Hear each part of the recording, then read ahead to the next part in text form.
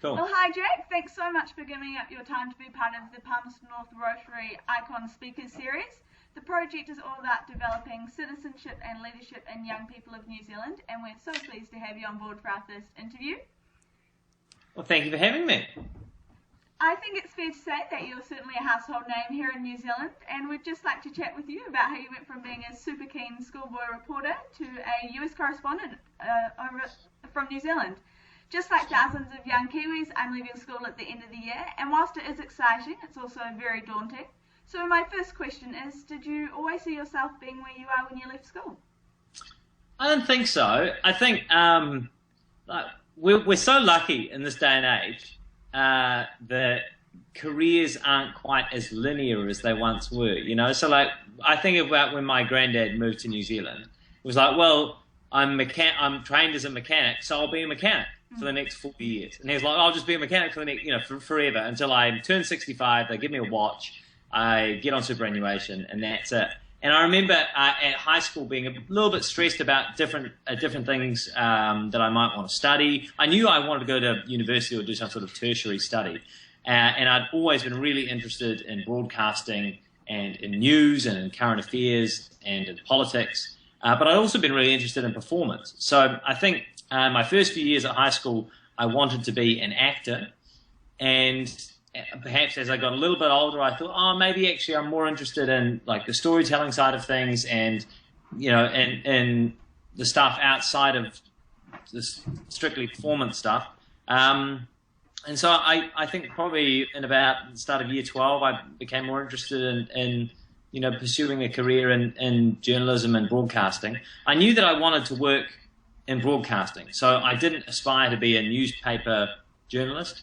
I aspired to be a broadcast journalist. And I guess I was fortunate in that I was able to find a good program straight out of school. I was accepted into it and I could study. But I mean, I think looking back at school now, it's a totally natural response when you're freaking out in year 13 about what you're going to do with life, to think of jobs in a really linear sense. So you're like, well, I could study law and be a lawyer, or I could study journalism and be a journalist, and I could study psychology and be a psychologist. Well, actually, there are lots of jobs, strictly title-based. So the great thing is, even though I was lucky enough to identify what I wanted to do and pursue it, there's plenty of flexibility as you grow and as you become more interested in other things. There's flexibility in this day and age, especially somewhere like New Zealand, to kind of, to see where the path leads. Awesome. So do you think there was any role model when you were going into broadcasting that you looked up to, someone that you really wanted to be like? I had always enjoyed Paul Holmes's work. I thought he was flawed, and I didn't always agree with some things he said or did. But as a broadcaster, I really admired him. And there were other broadcasters whom I admired, but he was the dominant figure of my childhood. I can remember, every night at 7 o'clock, that's where the big national discussions would happen. And he was brilliantly skilled, not only in relating to people and getting and interviewing people in really kind of confrontational circumstances, but also just being really human and getting on with people and getting people's stories through being nice and through being normal. I thought he was an enormous talent. So I think in terms of a role model, I mean, he was the big dream role model, but I guess I didn't really think it was a realistic progression, shall we say, to follow in his steps. So I had lots of influence.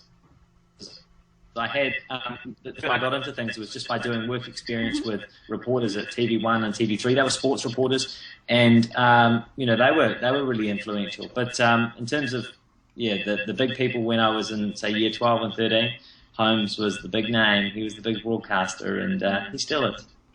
Probably similar to like the John Campbell of our time, that the controversial individual. Yeah. You don't always agree, but you do have a lot of respect for them as broadcasters. Absolutely, yeah.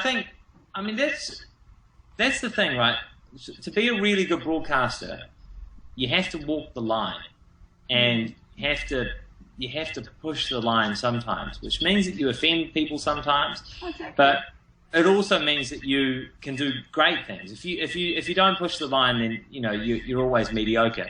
I think the thing with Holmes was he was voracious in the way he worked. So he would get up, he would do the biggest radio show in the country in the morning, and then he would go and work all day on TV and do the biggest show on TV. So he was quite, he became quite an influential character, perhaps unlike any other broadcasters we have, in the current climate in New Zealand. But I think that might be a reflection of just how times have changed and the different ways that people get news and current affairs and that sort of thing.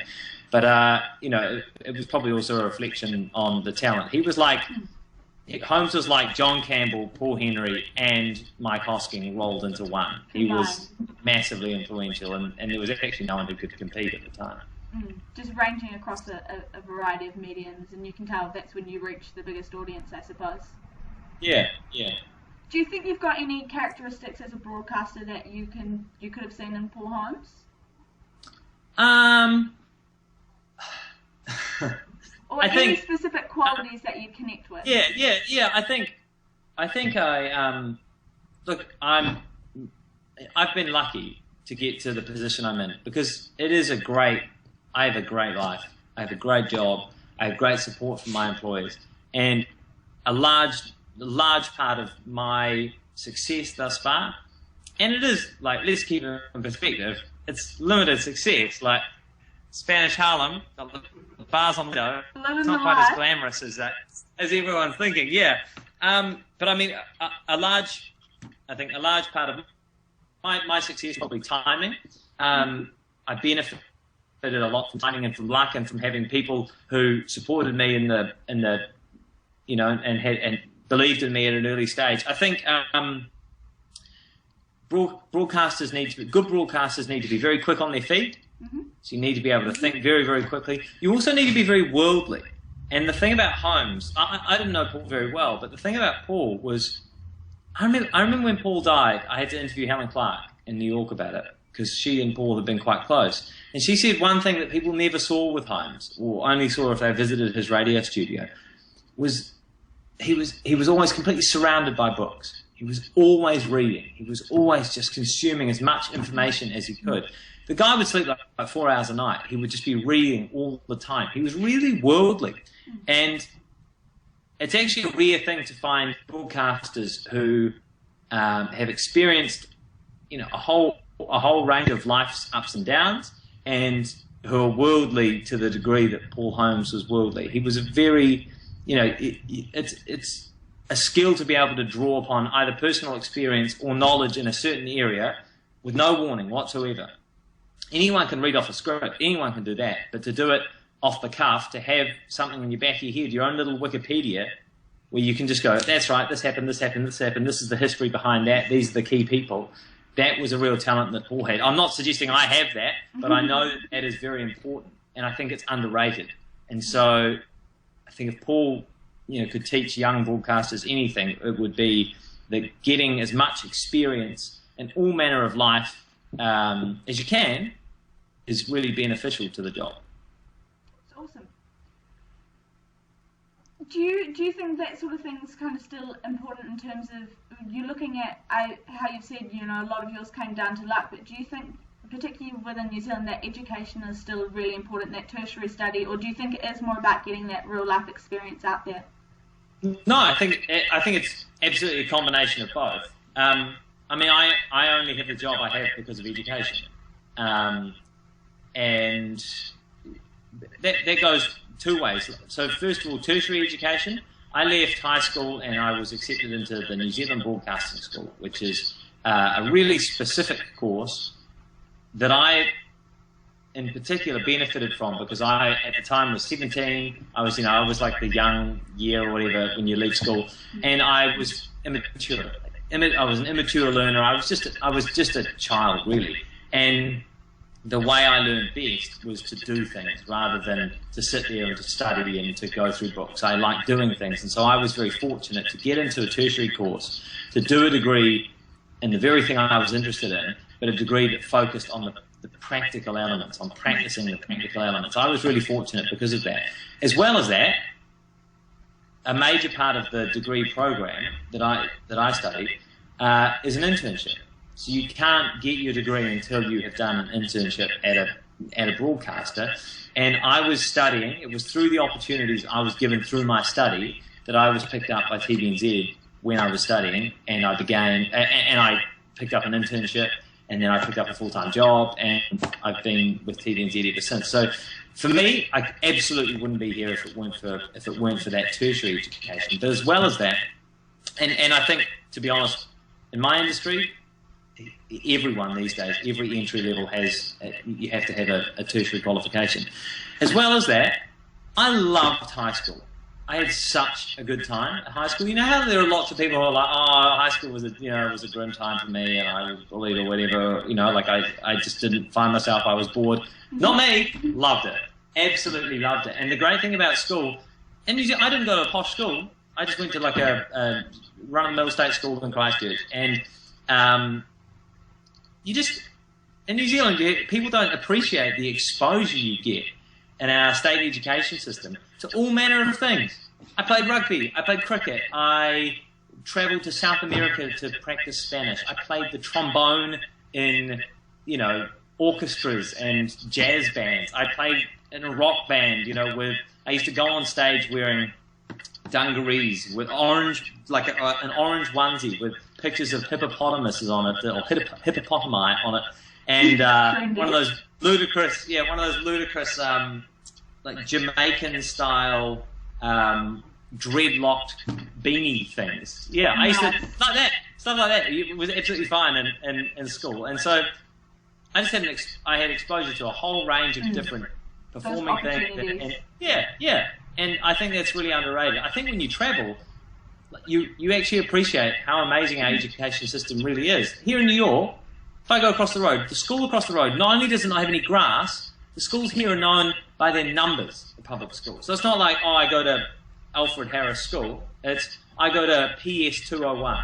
I go to public school 201. Wow. That's the identity. That's the identity you have in the public schooling system here. So I think in New Zealand we're very lucky. Mm.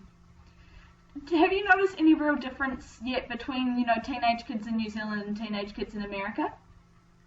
I think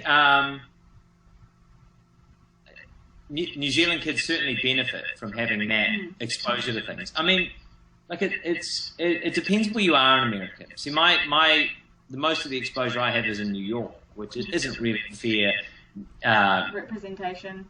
Exactly, thank you. A fair representation of America. It's almost its own entity. And kids here, some of them are very worldly because they live in a place that has all this culture clashing, but some of them are completely naive about anything outside of the city. So I think being kids in New Zealand gives us an enormous opportunity. I mean, the isolation in New Zealand has both negative and positive qualities. So we are away from, Kafir in northern Iraq. We don't have to personally worry about those sorts of conflicts or some of the things gripping Ukraine or whatever. But at the same time, we're kind of removed, I guess, from exposure to other cultures and things. But I think generally speaking, kids in New Zealand are very well rounded and have exceptional opportunities. I think if you were to clear the slate, try and remove all bias from your life and say, if I was a child today, where on earth would I want to be born? New Zealand's going to be pretty high up the list. Do you have any one piece of advice for New Zealand kids then, just in terms of that exposure to opportunities? Just don't take them for granted.